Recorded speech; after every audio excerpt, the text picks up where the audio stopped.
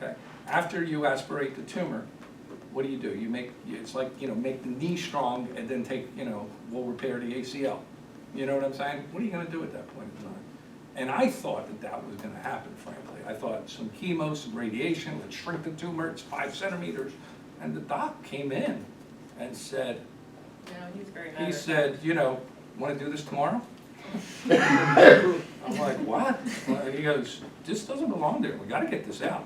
Time is of the essence. Right. And he was absolutely right. He was absolutely right, because Dr. Mitchell told us that 3 weeks later, all the lymph nodes would have been cancer.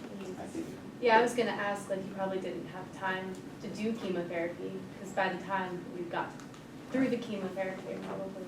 Right. But yeah, so how long so it was like a day almost between? It was quick. It was really quick before. 3 weeks? Yeah, it was quick. Oh, wow. Was it 3 weeks from when Oh, we met him? No, it was 3 weeks from the MRI. But it was, I want to say it was Friday to Monday for the surgery. But we went to see him Friday, we did the surgery on Monday. Smart. I don't know if you mentioned it. Did you do any treatment after your surgery? No, I didn't. No, nothing? No, it was completely encapsulated. There was no indication of any metastasis, but they watched me real closely for 5 years. They, Now I'm in uncharted waters. They don't know what to do with me. Yeah. well, they don't know what to do with her for 2 reasons. She broke out at how many PET scans have you had? 30, 40? However many every 6 months. Yeah, I mean, we've had, a lot of PET scans since then. And her last PET scan, she had about 18 doctors next to her because she couldn't breathe. And she broke out in hives. And of course, that happens if you just keep on giving, she got allergic to PET scans. So that's a little scary. And that's very scary at this point in time, because that was 2 years ago and she hasn't had a PET scan yet. So that's scary in and of itself, because she can't, and the doctor, Still have my hernia. I can go back and see if they They, can repair it. well, what's really funny about this is they never repaired that hernia. That was a hernia. It's not like everybody's, you tell them this story and they said, wow, at least that came out. That had nothing to do with it. That had nothing to do with it. That just brought about the MRI. Morgan. You keep mentioning that the tumor was encapsulated. That's an interesting, I work on tumors in chickens, and so I know sort of how they look. It strikes me that was really important for having it be Contained. It is. And I was wondering, in any cancers, those of you who've been in this class and studying it, is there any risk you take when you do something like biopsy or aspirate, that you're actually going to break that capsule Very good question. and drive the but cause it to be able to spread? Anybody know anything about that? Somebody should know. Well, no, I don't know if it would be from disrupting it, but I know that it could cause like an inflammatory response from disrupting that area, Yeah. which could help spread or drive metastasis. Yep. Cause it to change. Good job. So, I'm so proud of my students. a lot of that. Absolutely. I saw somebody else. Blair. Did they take out the gallbladder and I forget what else And they the took, spleen, and yes. the spleen is like precautionary measure, I or think the gallbladder the spleen and my pancreas were attached by the tumor. Oh. So when they took the tumor, it kind of like those areas kind of went with it. The gallbladder, he just said he just went poking around and said, years it would have came out anyway, let's just take it out. But it had some adhesions. Yeah, 40 years. The gallbladder had some adhesions to it. Yeah, but he wasn't concerned, it was more like, you'll probably need surgery and let's just take it out now. So I think that was more of a precautionary thing. Spring cleaning. The pancreas is such a funny place, it's behind this and behind that, and it takes, half an hour to get to once you have the patient open. It's crazy. It's just the way it is. So it's a 6-inch, 6-hour surgery, and it's a 6-inch, piece like this, which was really funny when we asked Dr. Kennedy, who was Dr. Yao's partner during the surgery. His name is Eugene Kennedy. I said, Dr. Kennedy, if the tumor had been completely inside the pancreas, what would you have done? as opposed to being part of the pancreas, because it was inside the pancreas, it was also inside the spleen. He said we would have taken the pancreas out. And I was confused. I'm like, well, wouldn't the person die? You know? And he said, no. You know, get diabetes right away, of course, you know. But, you know, that's what we would have done. I mean, we wouldn't have left the tumor in the pancreas. Wait a minute, are you diabetic? No, they didn't. No, take out she a has They nothing. did. Took out a 10. They took out a 10%. chunk, but not enough to So cause she a took Oh. heart. 10% of the tail. Oh, Not It enough would to have been have at the head, diabetes. probably. They would have done a Whipple procedure. Yeah. Whipple, that's what Oh, they, yeah. what enzymes? You take probiotics? It's called Ultrace. I don't know, It's Dr. not- Mitchell that's not prescribes a it. that's I not a don't know. probiotic. That's not a probiotic? No. Okay. Actually, I got a question, one of my cancers. I never heard of blue pancreatic cancer. Blue cell. Did y'all come across, well, somebody look it up somewhere. You looking it up? Blue cell carcinoma. Yeah. So Christine, you haven't said anything. So, I was so young when this was happening. I think I was 10, and I didn't really know what was happening. oh, they, Or I was No, 11. we told I was them, 11. we did Yeah, tell them. Christina said, that's fine, let's, who's gonna take me to my softball? Yeah, they were, yeah, Like, they, they didn't really tell us what was going on. It was me and my brother, and Well, they we didn't really. told you. They did, but Keep anything from you. they were young, they We were didn't 11. understand the impact. I think it was a few years later, I got a little older. yeah. I think it was my son. or- He like did a project on it. in Yeah, school and he or just something. came to me and went, oh my God, Mom. Like, I'm It kidding. hit him yeah. then, it didn't Yeah. hit, I mean, he And was. it hit me even later. Like it hit me like when I got to college, I think. whoa, dang. I don't know. It was a lot to process. I don't know. We try to keep things as normal as possible, It's yeah, very if weird. that's field even trips. possible. Is it voodoo? Well, you know, it's horrible to say, but Steve Jobs was such a big person in the world of business and industry. And it's horrible to say, but hopefully with his passing, it will help the world see pancreatic cancer a little different and perhaps get more funding into this disease because, you know, there's really nothing out there. You know, of course, you can start having abdominal pains. You start getting jaundice, your urine starts discoloring. It's too late. Too late. And these are the first signs. These are the very first signs. You know, and it's, so in other words, but in reality, you know, there's no way to know whether or not anything is happening with your pancreas. And it's a shame. You know, it's just, you know, it's a shame. And they know that, so they're saying, they're thinking, you know, we're not gonna get any funding because what can the funding do? Yeah, we had one, Dr. Van Golen, he actually got a grant from the American Cancer Society, at the University of Michigan, to study the progression of pancreatic cancer. But when he went to some other funding agency, he had a really difficult time. Even though he got his proposal was outstanding, he had a really difficult time. And he also had a difficult time getting his grants funded for inflammatory breast cancer. To the point where, so to put it on a scale, in the grant industry, a lot of times we go to NIH, which I'm sure you're familiar with, the American Cancer Society, but we also do the Department of Defense, because old men get prostate cancer, but the women get breast cancer, so they got money set aside for that. The highest score you can get, or the lowest score, which is good, is a 1. Dr. Van Golen's got like 1.2, 1.3, but because it's inflammatory breast cancer, it get recommended for funding at the next level. So that's one of the things that we really have to try to. I think with breast cancer, this one thing we all know, and I think we all can agree. What's driving breast cancer research at its moment is public opinion and pressure. When you have big burly men wearing pink on a football field, okay, that's public pressure. That's not me, that's not Dr. Morgan, that's you know, and your parents and other people that's driving that. We started the same thing going on with pancreatic cancer and some of these cancers that may be have a lower incidence but have a significantly higher mortality. That's what we're going to need to do that. So again, now that I know that they have something, because I never heard anything for pancreatic cancer. I can barely find anything for prostate, and that's what I'm worried about for me. It's interesting. Makia here just share with me that the type of cancer you had is commonly found in children. It's commonly found in This children. one, we're looking at an article right now, this woman has a 14 centimeter mass in her pancreas. That's Crazy. crazy big. Ginormous. That's crazy big. And she was 31. She was Yeah. 31. So that's young, because he was 39. He was 39, so, you So guys, it's a very unusual type of tumor that also affects other organs. oh. Yeah. Yeah, the metastasize, her tumor was very rare, they did say that. The metastasize would have gone, they told us it would have gone directly to the liver. It would have spread to the lymph nodes, then directly to the liver.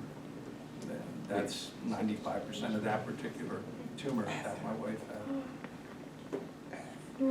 She wanna ask you something, she don't know what you're being shy. Did you get any genetic testing done? I did not. Because I'm reading, it said it Yeah. involved fusion of genes. Yeah, well, that's Good new, question. coming out now. Yeah, I was actually asked, And you had to get it too. yeah, I asked my children if they wanted to take it maybe this summer or whatever. It's just, I guess it's a cheek swab or whatever. I don't know what it entails, but I will speak to Dr. Mitchell about that and see if I can get the kids. But even with that, it's like knowing that you have the gene, like, I don't know, like, I don't know if I would wanna live with that cloud over my head. My mom has Alzheimer's, very progressive dementia. And if you guys remember the movie Still Alice, where she got early Alzheimer's disease. And she had her kids take this genetic testing. One kid had the gene, one did not, and one didn't want to know and never took it. And I think she was 40-something in the movie, and that was based on a true story, that movie. But, so I mean, genetic testing is I important, said, but, you can do something about it. you know, You what can't do you do? John Henry? Yeah, on that basis, do you have any brothers or sisters or I anything do. like that? Did your doctor want them to get tested or anything, or screened or anything like that? Were you the first I was the with? first, in yeah. your I don't family? have any cancer in my family whatsoever. Yeah. The only thing in pancreas-wise in my family is my maternal grandmother had diabetes for years. But that's the only pancreas-related issue that really I have in my family, so I don't know. That's a good question. Dude, Christiana, you were at Christiana and so does, the genetic testing they do, is that just for only cough, breast cancer, or is it for a variety of cancer? I'm sure you can get a lot of it done. You can always get 23andMe, I mean, you can get your whole genome sequenced and come, and people say that just what you're pointing out, you learn, Yeah. you have to take all that information, and there's some findings with 23andMe that they are obligated to tell you. Says you have to listen at least to the Yeah. information. Yes, Christiana is just, hell no, grand cancer center doesn't just focus on breast cancer. so. Well, it's expensive. They're getting closer, we talked about it in our biochem class, like, they're getting closer to it being $500, but with, like, the equipment. The insurance don't cover it? No. No, it's a course It depends. Or if you have a family history, then it would cover It it. depends, and In your certain insurance. cases, if your risk is high enough, but for something like, well, for you, I think it would be because your mom had it. Yeah, for her, You and would think. Austin said here, what'd you say, Austin? If you have family history, just like she said, if you have family history, it'll cover it anyway, usually. Okay. Yeah, it depends. But if you only have one person in your family who has a history of cancer, they might say that's not a high enough risk for it to Yeah. be genetic. Right. But Right. each case is different, I guess. There's like certain standards that they have to meet. I wanted to show you this. This is these are all the cancers and the number of cases per year. What I found interesting was the first, and I think this is I don't know if it's per year, but it says number of cases. The first one is prostate at 20,000. But we have PSA, so we have something. How good PSA is? Well, friends of mine have elevated PSAs. They went in, they had surgery, and now they're fine. So,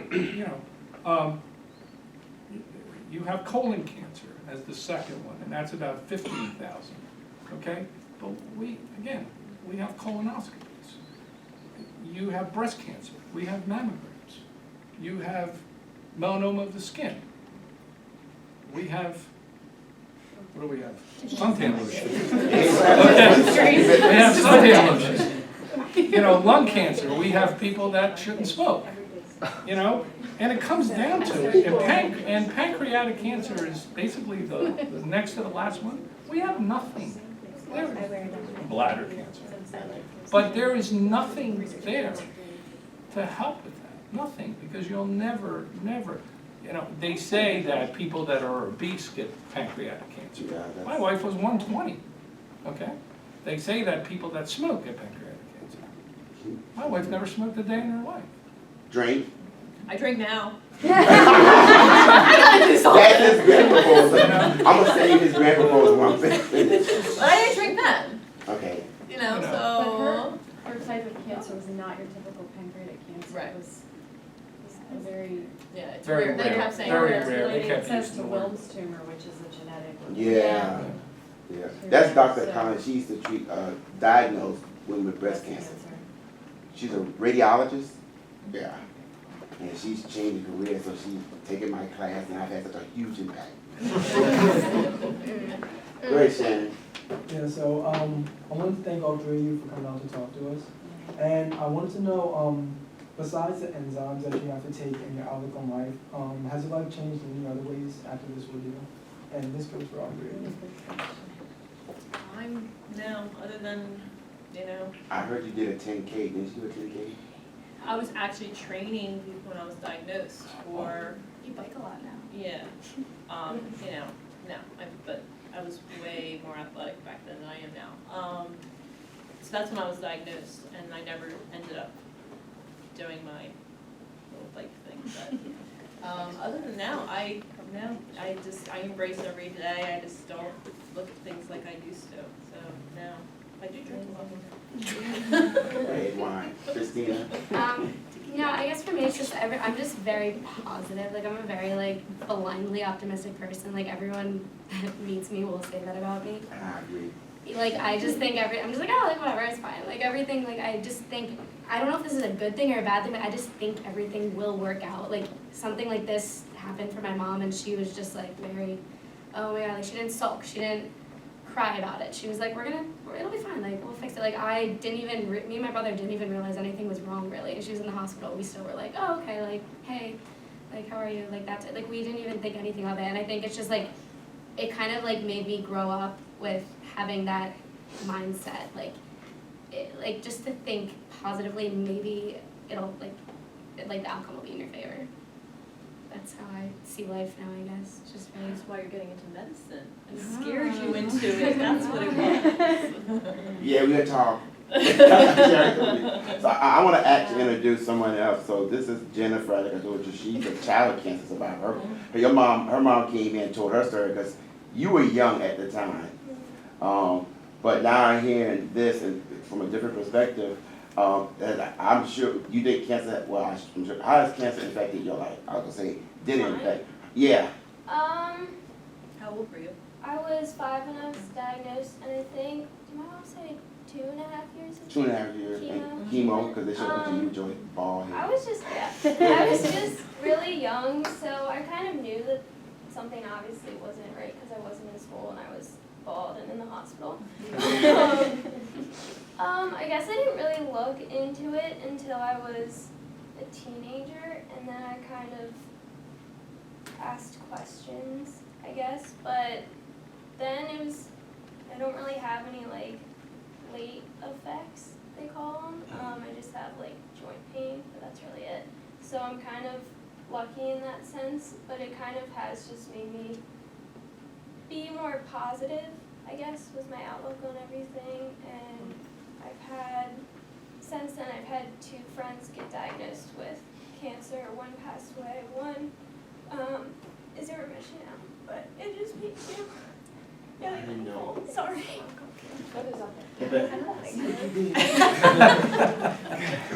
I'm sorry, I didn't even know. Yeah, it makes you appreciate everything.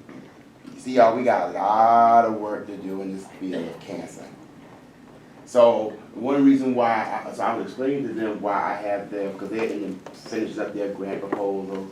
and this and that. So in order to get money to do cancer research, Dr. Morgan do her research on chicken, for me to do mine in animals, we all have to write these grants. And I decided this guy became a writing class. Well, yeah, I can have them write just a term paper, but that's not gonna really help them.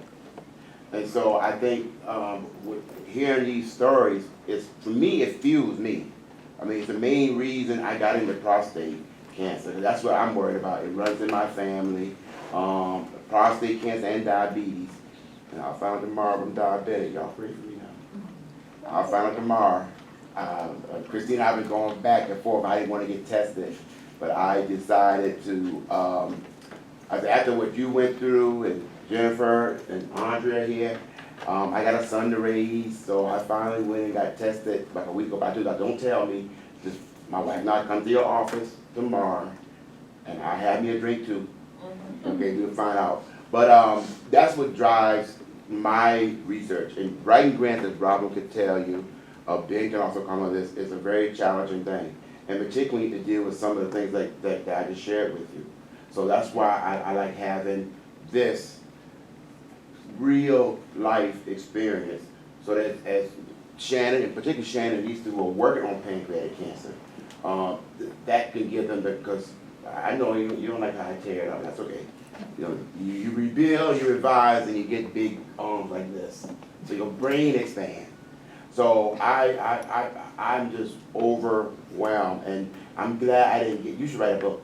Oh. You should write a book. You two should write a book, because y'all kind of go back and forth. So, now Alex not here, so what do you think Alex would say, your twin brother? I don't know. Alex has a tattoo from here, Oh yeah, he has a huge To here. tattoo down his entire Oh, God. which is the violet is the pancreatic cancer color. And he has a big, his mother's favorite flower is a daisy. And he has a violet daisy and this humongous tattoo that goes like this, and it says believe. Oh. And then the B is like a cancer event. Yeah, and B is a It's cancer. really cool. Yeah, he mutilated Pancreatic his body. cancer. You did it for love. Yeah, you know. But he's spreading awareness anytime he goes swimming. Sure, Yeah. sure. That's You really can sing that to exciting. me, I can sew it there. So, could you, Christina, why don't you tell us what your brother's doing? What? He's kind of famous. He's kind of famous. Yeah. Um, Where did he go to school? he goes to Villanova. He plays football. Villanova. Yep. Great. And if you put in Alex Padovani, you see all the pictures of him and a few of her, mostly of the daddy though. I don't know what, yeah, because he was like he just popped up in some of the pictures. This football.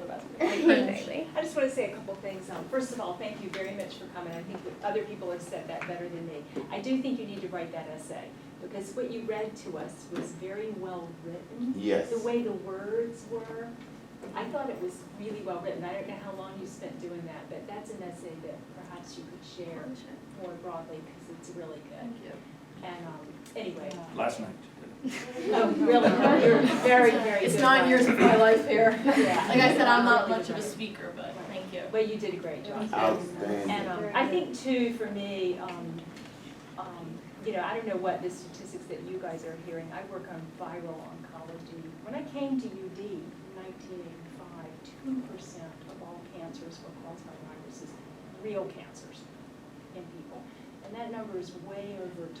It's 20 or 30 Yes. now. And so we know that there's a lot changing and a lot being learned. But I think hope is what you give us when you tell your story, and it's what we all have to believe. For me, I read often about the moonshot that Joe Biden talks about, because I believe he's right. And that if we looked back to the March of Dimes and what happened with Dimes and FDR, it's pretty amazing that people don't even get polio anymore. It's a different disease, but it's one that, you know, if 1 in 2 people are going to come down with this, we need to put more money in it. I totally agree. And folks talking about a moonshot, I just think of how we spend our public money, and I can't think of a better way. And each of us can have an influence on that Could you by explain, some of advocating the and students, saying. could you explain the moonshot to some of the students? The moonshot, Joe Biden is saying, you know, of course, his son died of a brain cancer, also pretty rare, also a cancer of a younger person. And so he is asking that the federal government fund what he's calling like a moonshot, but fund the cure for cancer. Yeah. And that means put billions and Big, billions big of money. dollars into Big. it. And that's not the first time the federal government has like said something like that, because there's the book, The Emperor of All Maladies, Yeah. and that's not the first time they've said, let's put everything into cancer. They've done that before, and then it kind of like died out, I think, when heart disease became a bigger thing. Mm-hmm. And heart disease, in my opinion, don't tell anyone in my department, this is completely overfunded. Don't tell Dr. Edwards I said that. And I think there's other cancers that need more funding, because like heart disease, first of all, you do it to yourself. Secondly, like it's so over Yeah. researched. And also don't tell Dr. Prisby I said that. Whoa. But then like something like this and like inflammatory breast cancer needs so much more support as opposed to like, you know, he's right in saying that it's not the first time the federal government has come out and said we need to fund the cure for cancer. It's like the second time it's become a big deal in our government. Yeah. The other thing you get to think of, so here's a very active, no risk factors. Pretty much no risk factors. What's risk factor for pancreatic cancer? Smoking, drinking. Drinking. What you drinking now is what you're drinking now. I don't know. Oh, the obesity, I think, where's, brain and diabetes, oh, don't say that. My I'm gonna say that, you know I'm gonna find. My grandma, It's not my fault. my grandma like had diabetes diabetes. for 40 years, never had pancreatic cancer. Whoa, whoa. So, And here's the latest it's 30 pages, I'll leave it with Dr. Cooper. It's Cancer Statistics 2015, it's the latest, and it's a really good read. It's a really good read, it's a little long, it's 30 pages, but they go back to 1933 Whoa. mortality rates, and then they work, and they talk about basically what you're saying. Excuse me, Dr. Morgan was saying. Robin, Yeah, Robin. what you were saying with respect to where it's coming from, they talk a little bit about having a cure, having a virus, having a vaccine for pancreatic cancer, which totally flopped. But that's fine. So it totally flopped. Put more money into Yeah, it. right. Eventually, Exactly. You're a gonna billion, fail. a billion vaccines flop. One of them's gonna make it. Exactly. So, but if you don't, okay, we did a vaccine, didn't work. When's the next vaccine gonna come out? In 20 years? How many people are gonna die when 50,000 people every year are diagnosed and 48,000 die? How many people have to die before you put more money into it? If you You know? haven't, you really should read that book, The Emperor of All Maladies, because it goes all the way back to like the Egyptians and the first time like cancer was discovered, all the way up through how it's been like progressed, like treatment, how the NIH was created, the National Cancer Institute. It's a phenomenal book. Or it's also a documentary on Netflix that's like 6 hours long. But it's really cool how you can see like the progression of like how far we've come and how far we haven't been able to come because the cancers are just they're so varied and they're so complex to study. Yeah. But it's really, really good book. And I would say this, and I would like for Ben, Robin, and as well as Dr. Connie over there to jump in. So when I do a lot of community outreach in the minority community, and I always get asked this question, always, you think we could ever find a cure for cancer? That's gonna be like penicillin. And that's becoming less and less effective now. But it'll be like Christy and I had this cough, bronchitis, so they give us an antibiotic and we fine. I said, well, I don't think it's gonna be like that. Because cancer is such a heterogeneous disease. It has several, in one tumor you can have a very mixed molecular types. And so if you treat it with this compound, then you're gonna select for the ones that are already resistant. And then you treat it with that, a combination thereof, then that'll probably be our best shot, but then you still end up selecting for the ones that are resistant to everything, and you end up creating this, which you end up at the end, and I'm taking this from prostate cancer, because one of the gold standards of treating prostate cancer, once it becomes metastatic, is hormone therapy. But all of us know, particularly in the field, and this class have learned, hormone therapy only works for 18 months, 2 years, and the monster is Godzilla on the other side. where nothing works. Chemotherapy, use docetaxel, but it doesn't work. And at that point, it's just a matter of time, and that's why I focus a lot on that, because I've seen it debilitate people in my family before they expire, to the point that they end up. I've had my mom and aunt call me, like, I'm just praying for your uncle to go ahead and die, because he's just suffering so bad. You know, and there's nothing they can do. What can they do? And I hate when I get these calls. I hate it, because I feel so helpless. But Rodney, that's my family call. Rodney, you a cancer researcher. Can't y'all give him something for the pain? He's having this pain, and it's all in his bone. I'm like, no, I don't. Well, what y'all working on? And you can hear the fuss. Sometimes I feel like my mom or my aunt, when my uncle was going through this, was fussing at me. All this money, this and that, and y'all can't even give him nothing for his pain. Put him to sleep. We have to know we anesthetize. That's what Dr. Piana used to do. You know, and this was it was a flare of pain with prostate cancer patient. That's just unbelievable. In pancreatic patients, it's a similar thing, because the pancreatic cancer, it can invade the vagus nerve. You know, where that is causing a lot of pain. So now, you know, pain management, as we see with the loss of Prince. Oh, I'm gonna be good. I done lift this up already. Thank you. I'm a big Prince fan. But you can't take, you know, now you just can't take pain medicine. Or you end up like Prince and Michael Jackson and all these other people overdosing on pain medicine. So we got a lot of research to do, both at the basic translation, and y'all, see, there's a reason why you're still here. Yeah. You got to keep telling your story. There's a reason why you get, Jennifer, you got to keep telling your story, and you got to tell yours when you're ready. Yeah, can I share something now? Oh, go ahead. So, this is all very, very recent for me. I lost my dad 8 weeks ago. And one of the things that's really promising and really exciting though is, and you all know far more about the cancer than I do. I did my fair share of research, but my dad, the summer before he was diagnosed, and it was kind of like another test that led for them to find his cancer, he got tetanus, which is like very rare these days. And they diagnosed him and they said 6 weeks. And 2 weeks prior to that, he had 4 immune system boosting tetanus shots. And my dad lived for 2.5 years. So one of the areas of research, and like I said, you guys know a lot more about this, and this is what you're going into, but if the immune system can be boosted to fight it, it's not a vaccine, but if research was done in this area, this could be big, so. There are several students who are doing grant proposals on that. Frankincense? Yeah. Okay. I know. I have a question for you. Now that you look back at the time of your diagnosis, is there any other symptoms like weight loss or loss of appetite? Like literally nothing? Nothing. I mean, literally, I didn't have any pain. I was actually in the best shape of my life because I was training. Yeah, I know you said you were thin, so I didn't know if like